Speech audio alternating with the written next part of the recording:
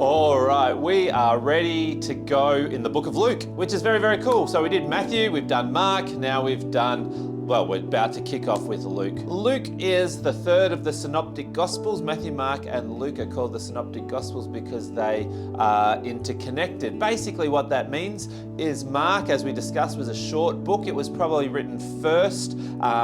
There's some idea about maybe Mark was talking to Peter and he had some input into it, and there's this magical kind of document that must have existed, must in inverted commas, called Q, and then Matthew based off Q, and Mark wrote Matthew, and then Luke wrote Luke. Now, there's a few different ideas when it comes to Luke. So Matthew, we've discussed, was a Jewish guy writing to a Jewish audience, and Mark was a Jewish guy writing to a Roman audience. Now, the way I was always taught it was that Luke was a Gentile writing to a Gentile audience, and that's how it's always been kind of taught, that I've understood it. We kind of get that idea that Luke, I mean, it's a Greek name, Theophilus, maybe that's something to get to. So you could either say that Luke is Acts part 1 or that Acts is Luke part 2, but they are a two-part thing. And at the start of Luke and at the start of Acts, it both says that Luke is writing to this person, Theophilus. So Theophilus is a Greek name, Luke is a Greek name, so it's just been sort of assumed that Luke was a Gentile writing to Gentiles. There's a bit more to it than that. Luke is a doctor. He accompanied Paul for a bit. If he was a Gentile, it's quite possible that he was maybe even a slave of Theophilus and was trained as a doctor in order to serve the household. There's a whole bunch of thoughts with that. But as I was studying this, I actually found a new way to think about it, that actually Luke was quite likely what's called a proselyte, which is a Gentile-born person who converts to Judaism.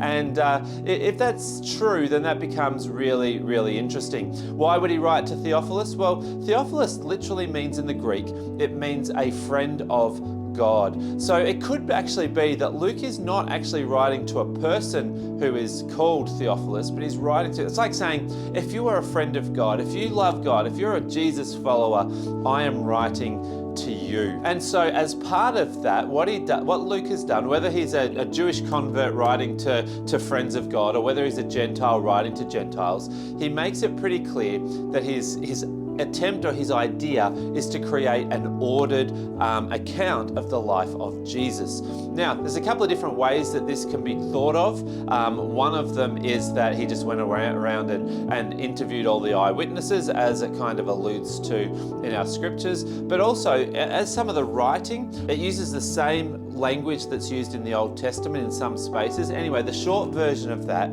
is that there is a group of people called the Hazanim. Now, the Hazanim were the people, so at every synagogue, they didn't have a whole, but like the printing press was, is a relatively new invention.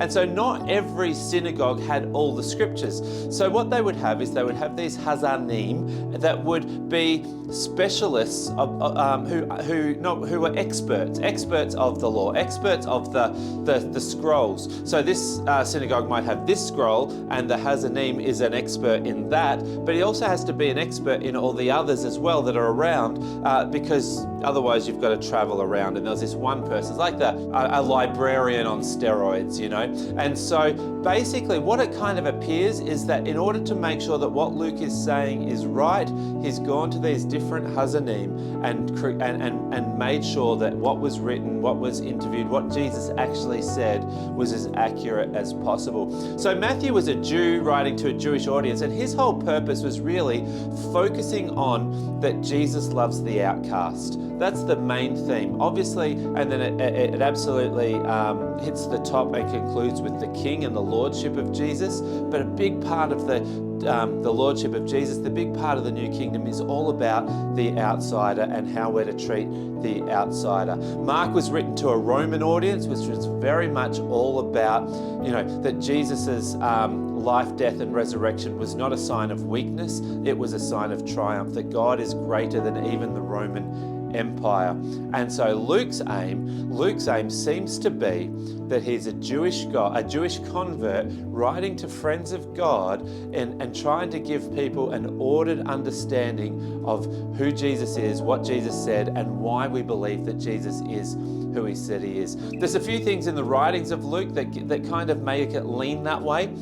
For example, there's a lot of chiasms written in the book of Luke, which is a very Jewish literary technique. What else is there? There's a lot of throwbacks to Abraham, that Jesus is the new Moses, that Jesus is creating a new Israel, and this sort of thing. So again, these very Jewish concepts. So as we're reading the book of Luke, well, here's what we know.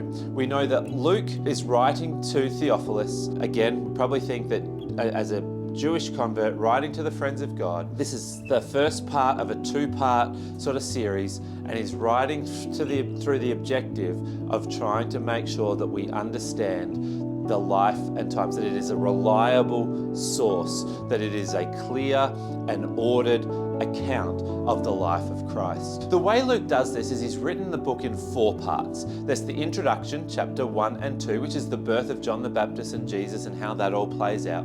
Then the second part is chapter 3 till halfway through about chapter 9, which is all about kind of the way Tim Mackey at the Bible Project says it's the upside down kingdom, that the kingdom of heaven doesn't look like what people thought it would look like. Part 3 is halfway through chapter 9 through to chapter 18, or halfway through, which is all about the scandalous love of Jesus for the outcast, for the bringing in the people that have been the minorities and the people that have been seen as lower. And then the last part, which is halfway through 18 to the end, is again the triumphant conclusion of, yes, the crucifixion, but the resurrection of Jesus. The way that I really like, I heard summarized, I can't remember who I got it from, but it says something like that Jesus is the king, but not the king that was expected. That salvation came through death and the power was won through love. And I think that's a really great way to say it. So, as we jump into Luke, that is all the backdrop that we need,